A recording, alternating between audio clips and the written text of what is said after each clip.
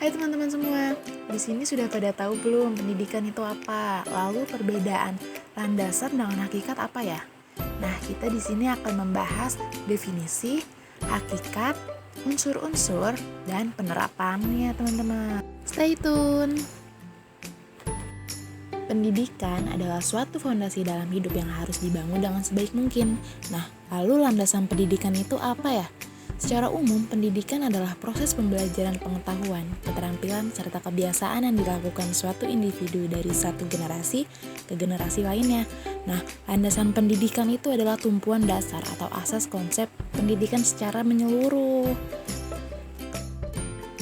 Nah, ada juga hakikat pendidikan, di mana pendidikan merupakan hal yang tidak bisa dipisahkan dari manusia, layaknya hak asasi setiap manusia yang sudah didapati sejak lahir untuk mendapatkan pendidikan. Pendidikan mencakup hal-hal dan proses pembelajaran yang dilakukan dengan adanya unsur-unsur pendidikan. Nah, dalam proses pembelajaran baik dalam pengetahuan, keterampilan, dan kebiasaan sekelompok orang yang diturunkan di setiap generasi penerusnya melalui 3 cara nih. Yang pertama, pengajaran. Yang kedua, pelatihan. Yang ketiga, penelitian. Nah, pengajaran itu pengetahuan dan kebiasaan yang sudah diajarkan. Pelatihan itu pengamalan pembelajaran dalam mencari perubahan. Sedangkan penelitian itu sebuah proses secara sistematis dengan mempelajari berbagai bahan dan sumber.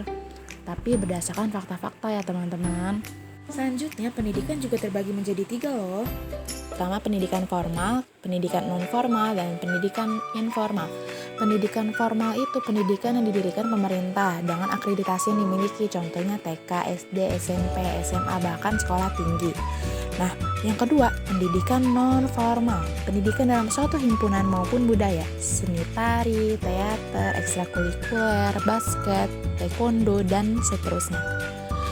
Ada juga pendidikan informal, di mana pendidikan yang dilakukan oleh anggota keluarga dalam suatu rumah tangga. Contoh orang tua kepada anaknya belajar masak, belajar ibadah, dan seterusnya. Nah, ketiga tadi adalah bentuk dalam pendidikan beserta contohnya. Contohnya, kalian pasti sudah bisa menangkap dong apa saja sih perbedaannya dan apa saja sih yang termasuk dalam unsur-unsur tersebut. Selanjutnya, apa sih fungsi dalam pendidikan? Gak mungkin kan ada suatu pendidikan tanpa memiliki fungsi. Nah, yang pertama itu ada memberikan arah kepada segenap kegiatan pendidikan dan merupakan suatu yang ingin dicapai oleh segenap kegiatan pendidikan. Yang kedua itu kegiatan mobilitas atau gerak perubahan segenap komponen pendidikan oleh pendidik terarah kepada pencapaian tujuan pendidikan. Itu antaranya seperti itu ya kawan-kawan. Jadi kalian pasti memiliki gambarannya. Nah, ada juga unsur-unsur dalam pendidikan. Yang pertama ada peserta didik, ada pendidik, interaksi edukatif, tujuan pendidikan, materi pendidikan, alat dan metode pendidikan, dan terakhir lingkungan pendidikan.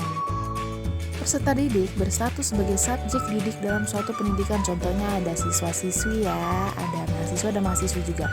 Nah, sedangkan pendidik itu adalah orang yang bertanggung jawab terhadap pelaksanaan pendidikan dengan peserta didik. Interaksi edukatif itu komunikasi timbal balik atau feedback antara peserta didik dengan pendidik yang terarah kepada tujuan pendidikan.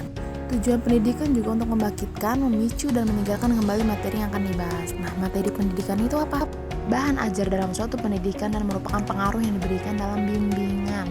Alat dan metode itu segala sesuatu yang dilakukan atau diadakan dengan sengaja untuk mencapai tujuan, laboratorium, perpustakaan, dan lain-lain.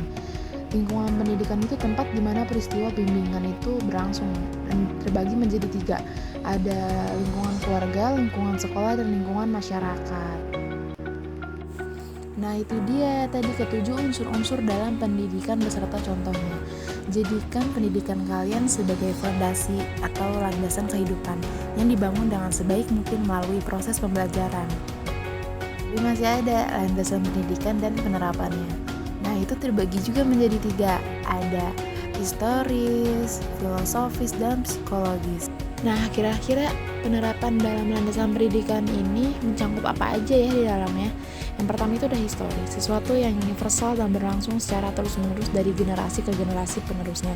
Biasanya itu berisi sosial budaya gitu. Yang kedua, filosofis, pandangan yang berkaitan dengan makna atau hakikat pendidikan yang berusaha menelaah masalah-masalah dan bersifat filsafat menelaah.